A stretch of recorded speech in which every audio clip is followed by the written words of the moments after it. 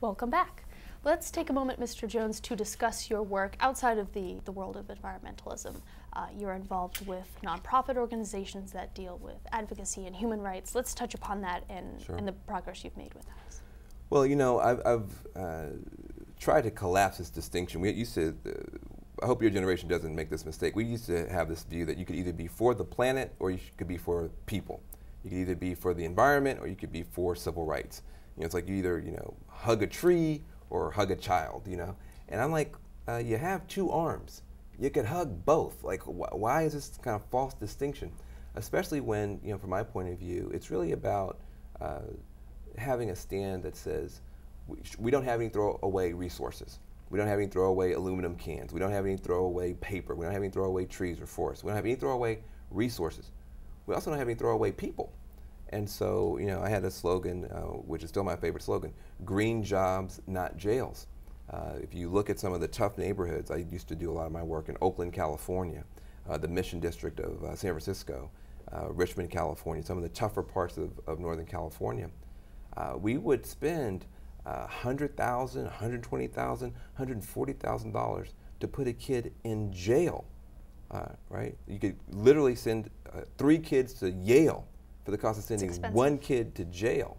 And I thought to myself, well, if we're willing to spend this much money on a kid when they're in trouble, why can't we spend half that much money, say, and prepare them for a good job? I mean, rather than having them standing out in the community being a part of the problem, let's train them up so they can be a part of the solution. We got to put up all these solar panels. Solar panels don't put themselves up. Somebody's got to be trained to put those solar panels up. Houses don't retrofit themselves. Somebody's got to be trained to go in there, blow in that clean, non-toxic insulation, replace those windows and those boilers and those furnaces. That's work. Wind turbines don't manufacture themselves. Somebody's got to learn how to do all that fine machining. And so I said, we have all this work that needs to be done, and we have all these people who need work. Why don't we connect the people who most need work to the work that most needs to be done, fight pollution and poverty at the same time by training young people, urban youth, poor folks for green jobs. And that was my big passion. I talk about that in my book, The Green Collar Economy.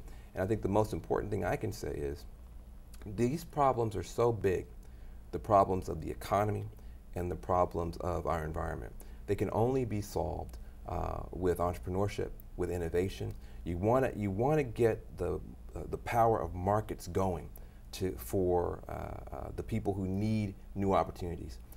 At the same time, you've got to get the government on the side of those problem solvers.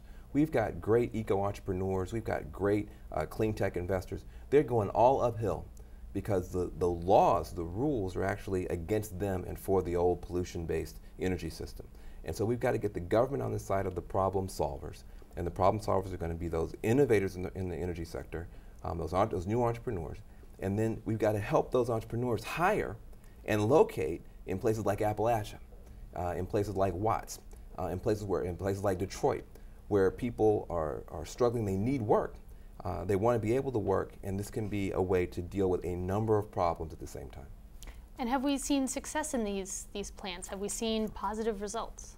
We have. You know, one of the things that's so frustrating to me is that people often say, green jobs, that's kind of some fairy tale, that's going to be in 1,000 years, that's never going to happen. Well, look, we already have 80,000 people who right now work as coal miners. They get up every day, they're the heroes of our country, they power America, they've been powering America to this point using that old technology. We thank them, we applaud them. What people don't know is we also have 80,000 people that go to work every day in the wind industry, the engineers, the workers in that field who are figuring out how to power America with wind energy. We have another 46,000 jobs that are supported by the solar industry. The green part of our economy is already beginning to outgrow and outpace the old legacy part.